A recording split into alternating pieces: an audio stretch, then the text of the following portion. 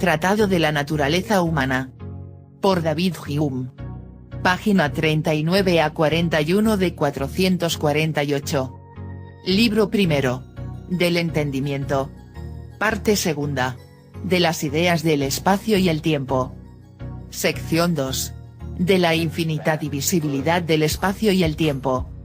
Siempre que las ideas son representaciones adecuadas de los objetos, las relaciones, contradicciones y concordancias de las ideas son totalmente aplicables a los objetos y podemos observar que esto es el fundamento del conocimiento humano. Nuestras ideas son representaciones adecuadas de las partes más diminutas de la extensión, y sean las que quieran las divisiones o subdivisiones que suponemos para lograr estas partes, estas no pueden jamás ser inferiores a algunas ideas que nos formamos. La clara consecuencia de ello es que todo lo que parece imposible y contradictorio por la comparación de estas ideas debe ser realmente imposible y contradictorio sin una excusa o evasiva ulterior. Toda cosa capaz de ser dividida infinitamente contiene un número infinito de partes, de otro modo, la división se detendría en las partes indivisibles, a las que inmediatamente llegaríamos. Si, en consecuencia, una extensión finita es divisible infinitamente, no podrá ser contradictorio suponer que una extensión finita comprende un número infinito de partes, y, por el contrario, si es una contradicción suponer que una extensión finita contiene un número infinito de partes, ninguna extensión finita puede ser infinitamente divisible. Pero de que este último supuesto es absurdo me convenzo a mí mismo por la consideración de mis ideas claras. Primeramente considero la más pequeña idea que puedo formarme de una parte de la extensión, y estando seguro de que no existe nada más pequeño que esta idea, concluyo que todo lo que descubro por este medio debe ser una cualidad real de la extensión. Después repito esta idea 1, 2, 3 veces, etc., y hallo la idea compleja de extensión que surge de esta repetición, aumentar siempre y hacerse doble, triple y cuádruple, etc., hasta que, por último, se convierte en una magnitud considerable más grande o más pequeña, según se repita más o menos la misma idea.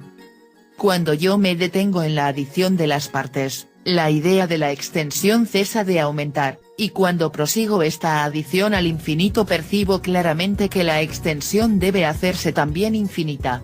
En total, concluyo que la idea de un número infinito de partes es individualmente la misma idea que la de una extensión infinita y que ninguna extensión finita es capaz de contener un número infinito de partes, y, por consecuencia, que ninguna extensión finita es divisible infinitamente.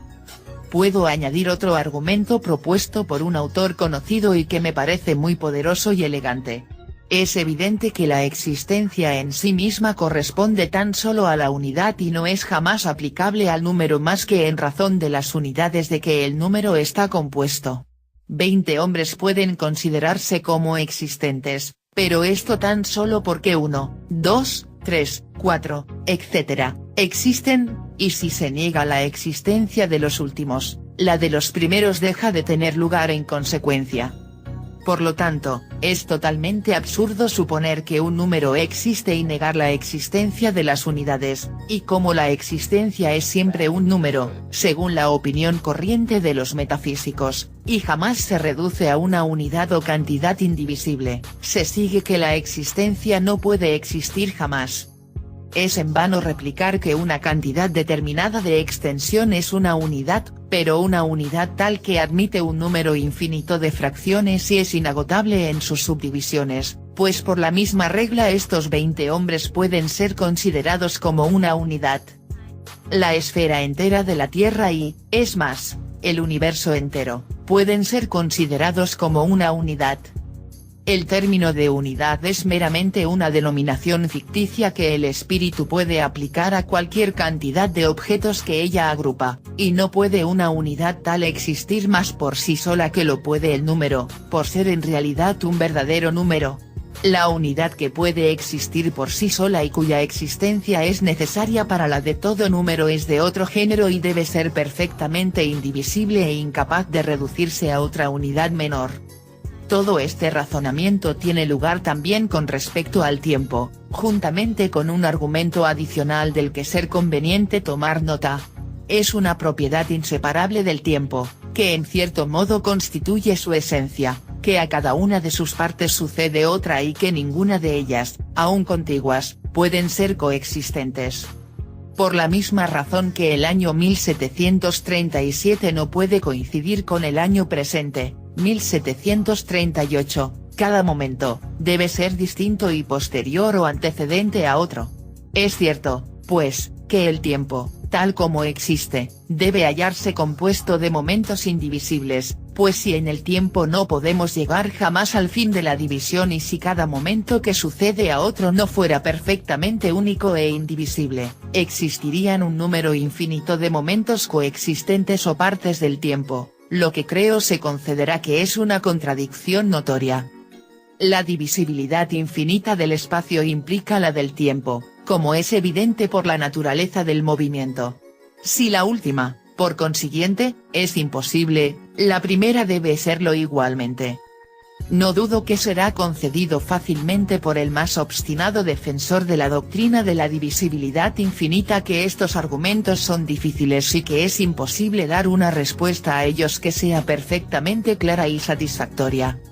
Aquí podemos observar que nada puede ser más absurdo que la costumbre de llamar una dificultad a lo que pretende ser una demostración y tratar por este medio de eludir su fuerza y evidencia.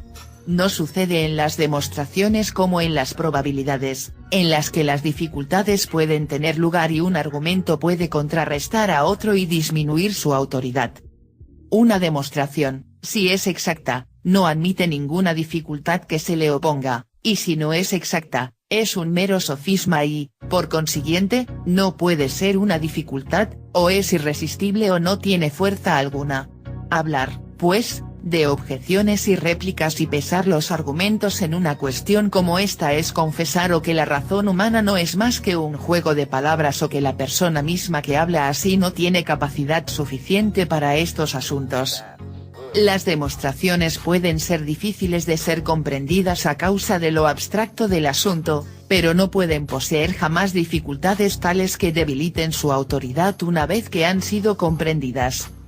Es verdad que los matemáticos acostumbran a decir que existen aquí argumentos igualmente poderosos en favor de cada lado de la cuestión y que la doctrina de los puntos indivisibles se halla también unida a objeciones irrefutables. Antes de que examine estos argumentos y objeciones en detalle los considerar en un cuerpo y tratar de probar de una vez, por una razón breve y decisiva, que es totalmente imposible que puedan tener un fundamento exacto. Es una máxima establecida en metafísica que todo lo que el espíritu concibe claramente incluye la idea de una existencia posible o, en otras palabras, que nada de lo que imaginamos es absolutamente imposible. Podemos formarnos la idea de una montaña de oro y de aquí concluir que esta montaña puede existir actualmente.